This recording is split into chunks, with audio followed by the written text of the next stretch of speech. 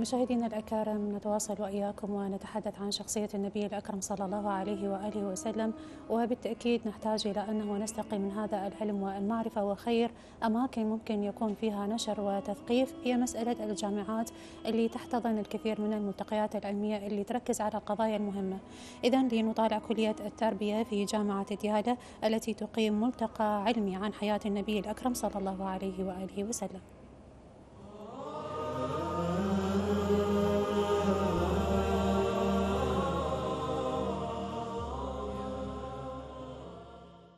في إطار إحياء المناسبات الدينية الهامة، نظمت كلية التربية الأساسية في جامعة ديالى وبالتعاون مع القصر الثقافي الملتقى الثقافي والعلمي بمناسبة استشهاد الرسول الأكرم محمد صلى الله عليه وآله وسلم، إذ يعد هذا الملتقى فرصة سانحة للباحثين والأكاديميين حول الدور الريادي الذي عاشه نبي الرحمة في مختلف المجالات. تقام في هذه المؤسسة المباركة جامعة ديالى كلية التربية الأساسية الملتقى الثقافي بمناسبة استشهاد النبي صلى الله عليه وآله وسلم، ولذلك نقف في هذه البحوث وقفنا على محطات النبي صلى الله عليه وآله التي مر بها من بعثته صلوات الله عليه إلى يوم وفاته. لذلك المحطة الأولى أنه التفاني في السيرة النبوية ومعرفة السيرة النبوية. النقطة الثانية أنه الوعي للشباب، على الشاب أن يعي سيرة النبي صلى الله عليه وآله ومعرفة النبي صلى الله عليه وآله. النقطة الثالثة والمهمة أنه كيف جسد النبي صلى الله عليه وآله هذه الشخصية وبنى الإنسان حيث أخرجهم من الظلمات إلى النور. بلا شك أنه ذكرى وفاة النبي الأكرم هي واحدة من أهم المناسبات الدينية والإنسانية والأخلاقية، لا سيما ونحن نعيش هذه التحديات التي تعصف بالعالم الإسلامي والعربي، التي يحاول الكثير من أعداء هذا الدين الحنيف السمح تفتيته وتفكيكه والنيل منه. فهي مناسبة لتجديد العهد لرسول الله صلى الله عليه وآله وسلم أن يحافظ المسلمون على وحدتهم وأوطانهم وشعوبهم.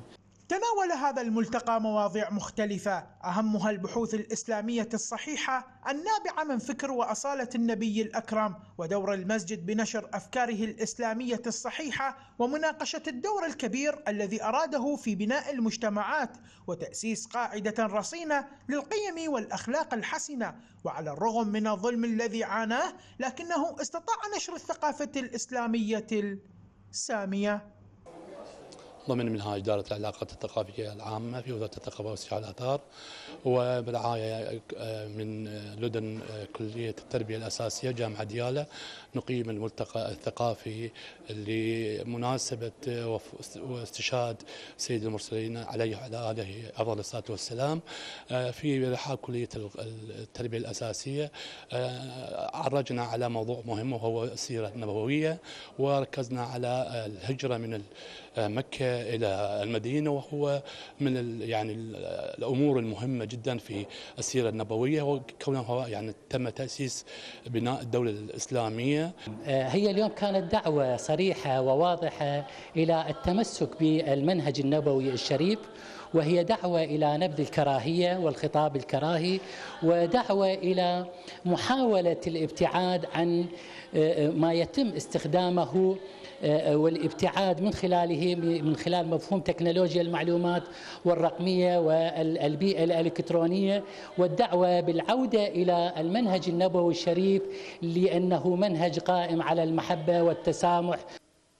هذا الملتقى الثقافي جاء ليجسد أخلاق وصفات نبي الرحمة والإنسانية محمد صلى الله عليه وآله وسلم، ليثبت للعالم أجمع أن الدين الإسلامي دين محبة وتكاتف وفضيلة. لبرنامج صباح كربلاء، نوار البياتي، محافظة ديالى.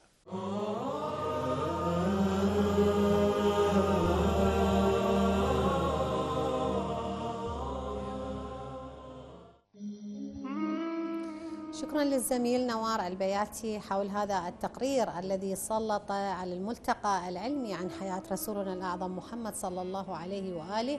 وجميل جدا أن تكون هناك مبادرات من الجامعات والهيئات التدريسية أن تدرس ولو جزء من شخصية رسولنا الأعظم وتسلط الضوء عن حياته الكريمة.